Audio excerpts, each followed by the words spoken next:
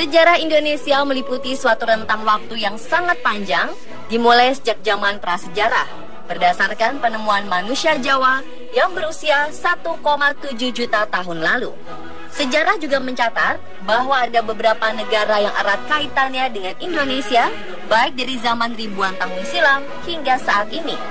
Kita tak menyangka bahwa Indonesia memiliki keterkaitan dengan negara lain yang letaknya jauh dari Indonesia.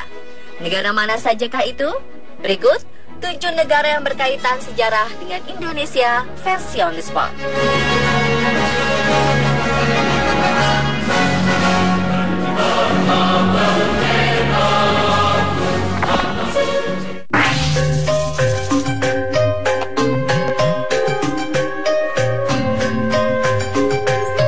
Hubungan Indonesia dengan Suriname bisa dibilang adalah hubungan kakak adik.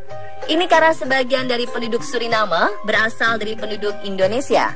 Terlahir dari rahim yang sama, yakni rahim Ibu Pertiwi. Sayangnya kita harus berpisah karena keadaan. Sama seperti Indonesia, sebelum akhir abad ke-17, Suriname diperebutkan oleh negara-negara Eropa. Hingga pada akhir abad ke-17, negara ini berada di bawah kekuasaan Belanda. Pada 1890, pemerintah kolonial Belanda memberlakukan kebijakan untuk memigrasikan penduduk Indonesia, khususnya orang Jawa, ke Suriname. Jumlah penduduk yang dibawa ke Suriname mencapai ribuan orang. Pada sensus 1990, jumlah tersebut mencapai 140 ribuan orang. Selain sejarah penduduknya, dari segi sejarah ada lagi kesamaan yang tidak sengaja antara Indonesia dengan Suriname, yakni kondisi geografisnya. Indonesia sebagai negara beriklim tropis dengan suhu rata-rata 24 hingga 35 derajat Celcius sepanjang tahun, sama dengan Suriname. Negara ini merupakan negara beriklim tropis dengan suhu 29 hingga 34 derajat Celcius dengan 2 musim, kemarau dan penghujan. Tak heran mengapa orang Indonesia tidak mengalami kesulitan beradaptasi ketika tinggal di Suriname.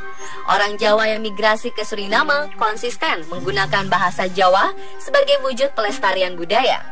Hingga sekarang bahasa Jawa masih digunakan sebagai bahasa percakapan sehari-hari dan termasuk salah satu bahasa yang paling banyak digunakan. Dari segi politik, salah satu warga Suriname asal Banyumas bernama Raymond Sapun sempat mencalonkan diri menjadi presiden di sana.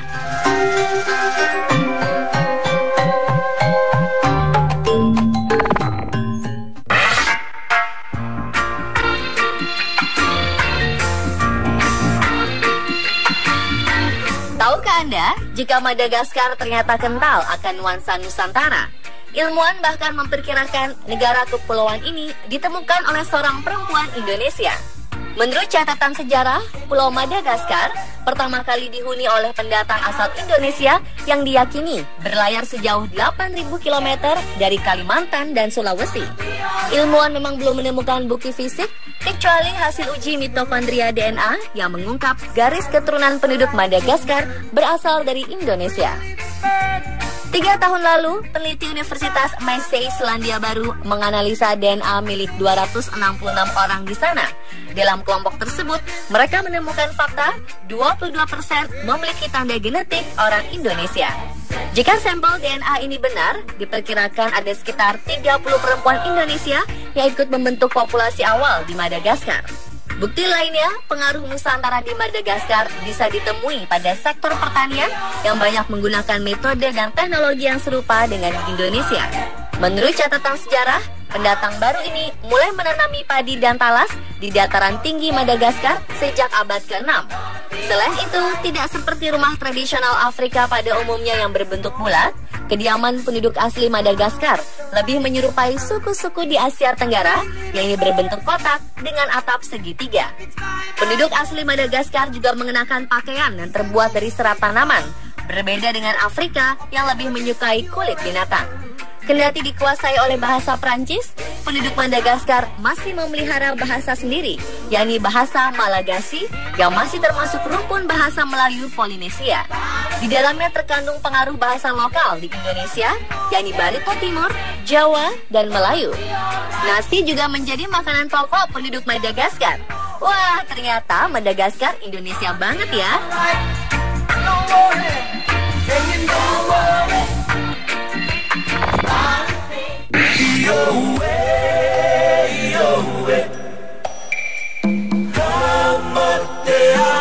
Tidak banyak yang tahu hubungan erat antara Hawaii dengan Indonesia, khususnya Jawa.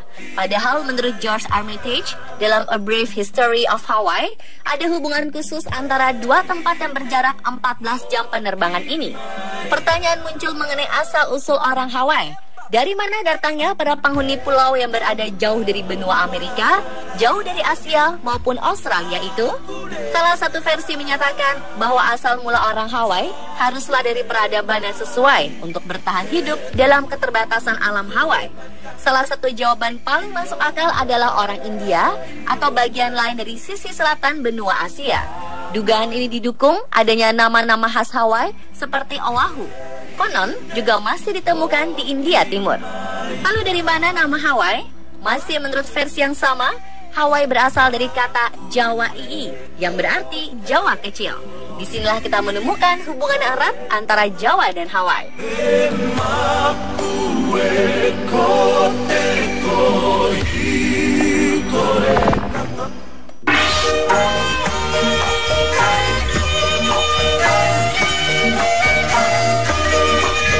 Ada banyak alasan mengapa Malaysia adalah negara yang punya hubungan paling dekat dengan Indonesia.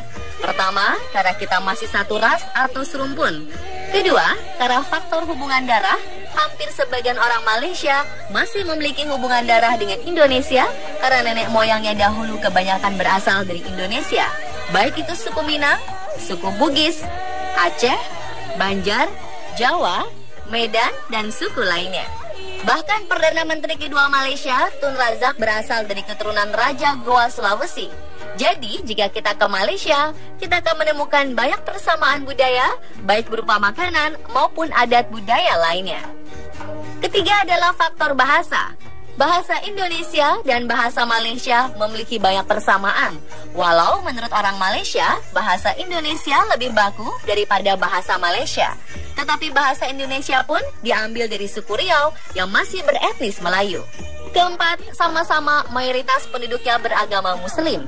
Kelima, karena dahulu kala pada zaman Sriwijaya dan Majapahit, Malaysia dan Indonesia adalah satu Nusantara, sehingga ikatan sejarah ini masih ada hingga sekarang. Jangan pisahkan lidah kami, jangan.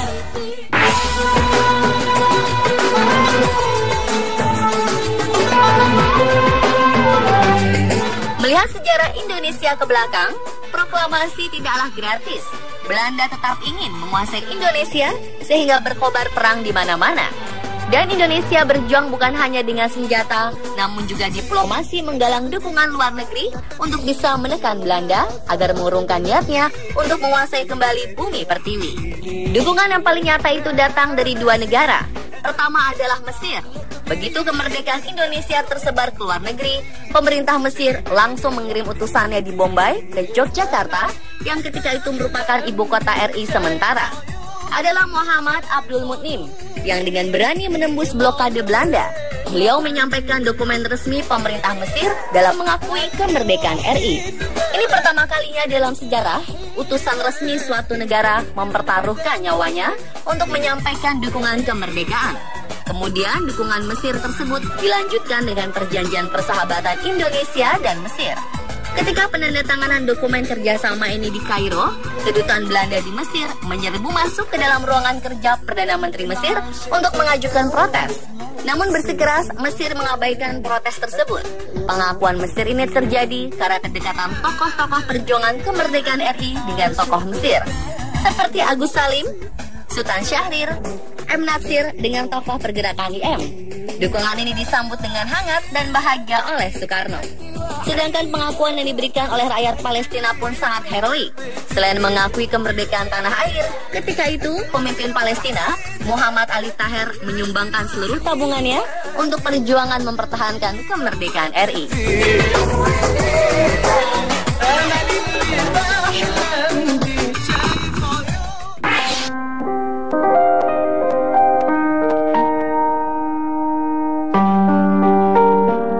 Sejarah berkata, negeri matahari terbit ini pernah menjajah Indonesia beberapa tahun. Namun atas penjajahan ini pula, Indonesia dan Jepang memiliki hubungan erat. Jepang merupakan negara yang memiliki investasi terbesar di Indonesia. Selain itu, Jepang merupakan tujuan ekspor terbesar Indonesia.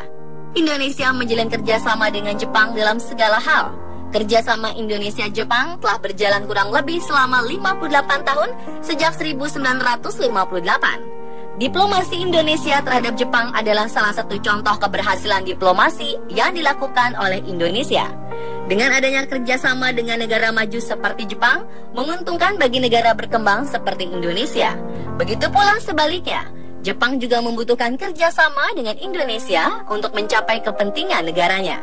Kita saling bekerja sama di berbagai sektor untuk memenuhi kepentingan masing-masing dan menjaga hubungan baik antar negara.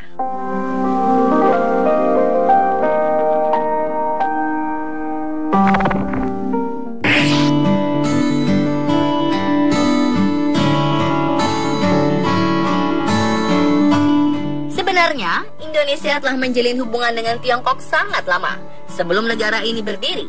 Bahkan sejarah telah mencatat, Indonesia dan Tiongkok telah menjalin hubungan sejak abad ke-5. Hal ini dapat dilihat dari buku Fahian yang berjudul A Record of the Buddhist Religion as Practiced in India and the Malay Archipelago. Berkat ramainya orang-orang keturunan Tionghoa yang melakukan perjalanan ke Indonesia, menjadikan Indonesia sebagai negara dengan etnis Tionghoa terbesar di dunia setelah Tiongkok. Saat ini, Tiongkok telah menjadi mitra dagang terbesar Indonesia setelah Jepang.